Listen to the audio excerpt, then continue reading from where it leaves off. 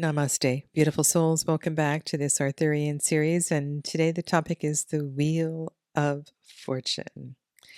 And I just want to say that this is the guidebook for Claire Duval's deck. These little nuggets on the bottom right of each page are really something. And for the Wheel of Fortune, ma quête sacrée, j'ai la force et le courage de découvrir et accomplir ma destinée. I think this is really beautiful, a wonderful affirmation for the Wheel of Fortune. I have the strength, I have the courage to discover and accomplish my destiny.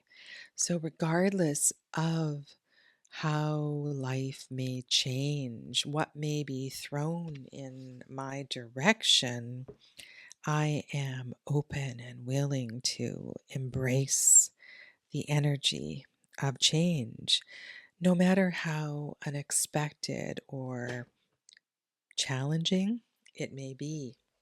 If you gaze into the card in the center of the table, favored by Fortuna, Arthur sits atop the wheel, and from this vantage point, Arthur can see all that is happening, and with this knowledge, his mind can soar. The privilege of this enlightenment is represented by the wings of spiritual flight. The round table forms the wheel, symbolizing the perpetual motion of the psyche and experiences of life. The water is the subconscious, and the serpents represent our deep-rooted fears which lurk here. Past experience with the downturn of the wheel can shake our confidence, leaving psychological wounds, particularly insecurity and mistrust of fortune. These fears inhibit our efforts to climb, as represented by the creature who claws at the rising man. The floating bodies remind us that Fortuna is not always fair. She is blind, and in spinning her wheel, she sometimes rewards the unworthy while neglecting the needy. Though we never come to understand the temperamental moods of Fortuna, we are all subject to her wheel of hope, glory, regret, and despair.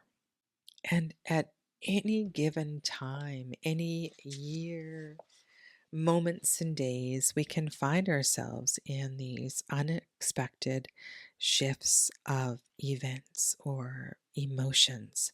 And I think this is a wonderful card to remind us of that we only benefit from connecting to change. Change is, and that is indeed a complete sentence.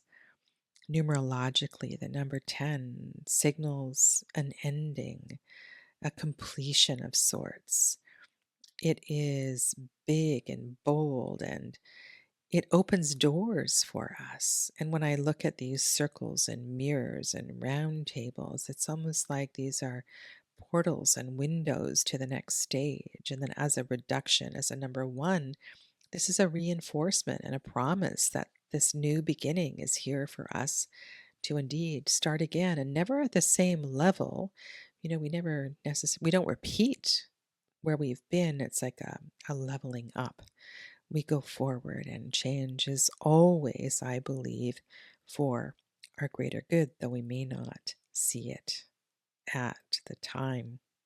The Wheel of Fortune is ruled by Jupiter through many correspondences, and this is such a great, beneficent planet that invites our expansion, that invites our greatness. And on the Tree of Life, the path, it connects it to Venus. So these two very um, good and great planets shine for this card and hold it and hold space for it. It's good. It's wonderful. And I know that it is indeed a very challenging card for some people. Change is tremendously difficult, and a lot of people resist this kind of force. But I think it's one to smile at and to learn to It teaches us about humility. I think that's also very important. If you look at the card on the far left, this is from the John and Kathleen Matthews book.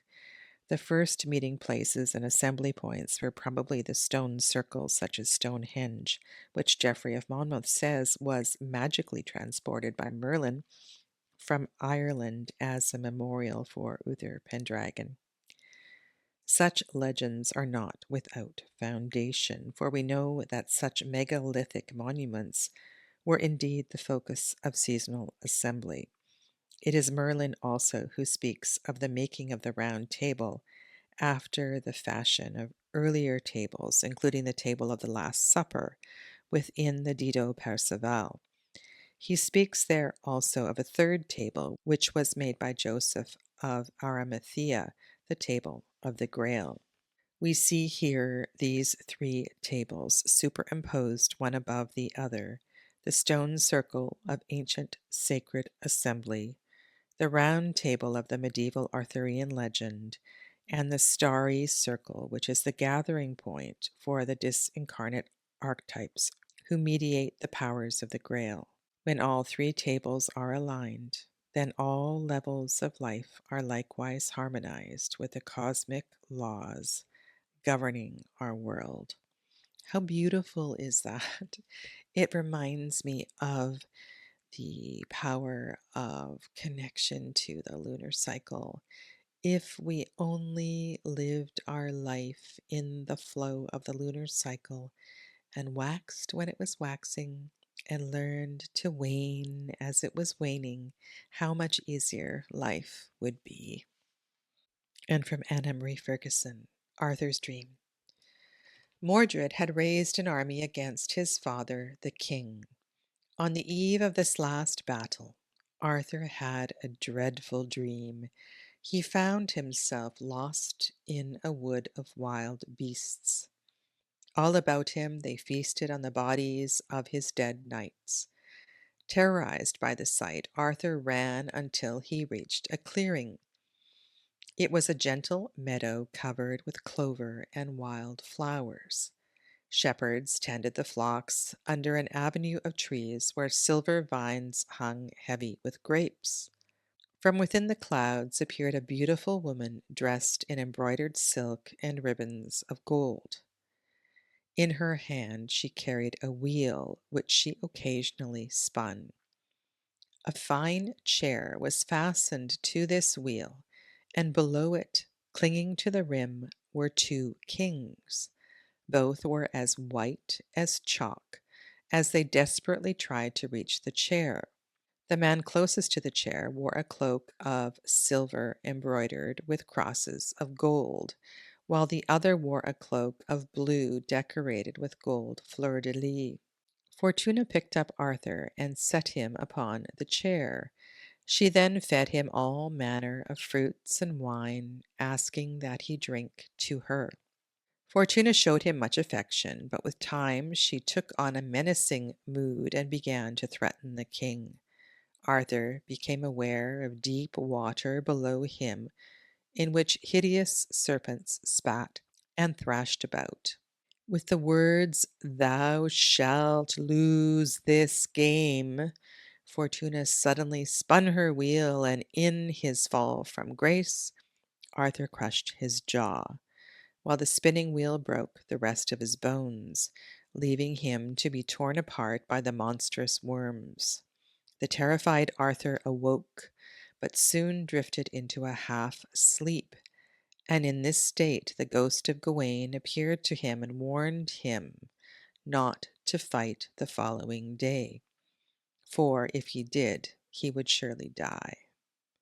And this Battle of Camlan is revisited in many cards in the deck, so we will revisit this dream at some point. But I think from this dream, we learn that it is important to listen, to be aware, to have wider perspective, to listen to unexpected messages. Maybe we're listening to a sign, a message in a song, or overhearing a conversation at a store. Change or signals of change come from many directions. And then I think about the round table and the symbol of the round table and how we can all see each other and connect. And there's something here about the beauty of this space that creates support for change as well. When I contemplate the idea of not going to battle and the tremendous amount of planning and strategy and energy that went into planning, the financial investment as well too, to abandon that is a great choice. It's a huge change, even if it means that you've had a warning or a vision of saving your life or the lives of others. And this reminds me a little bit of a reading I did some time ago for a young man. He was about 30, I would say, and he came to a reading room at a store that I was working at, and he had come with his new bride, and they were looking for a couples reading. And something happened during the reading, and I really diverted my attention to the young man, and we began to speak about his career and what he was doing for a living. And I learned, I believe he had a PhD in engineering, some kind of engineering, and he was working for a prestigious engineering firm. And he was really uncomfortable in his job. He just didn't feel it in his heart, in his body. And he was a very sensitive young man and very intuitive. And I was surprised at the feeling that he had and how he responded to the kind of questions I was asking. Because if you have a PhD in engineering, you spent a lot of time and energy. Probably there have been some family expectations here as well too. And so divert and to change from an engineering job would be huge. And I think what came from that day, from that reading, listening to the cards, what I was intuiting, really lifted a weight off the shoulders of this couple and gave them some space to find a new path, a new way, and to know that everything was going to be okay. And this was indeed for his greater good, for their greater good, for their family and so forth. So you never quite know where signs of change are going to come from. And so I hope that all of you have an opportunity to receive and to listen and to pay attention to messages. It truly is remarkable when you are able to hear them and indeed respond to them.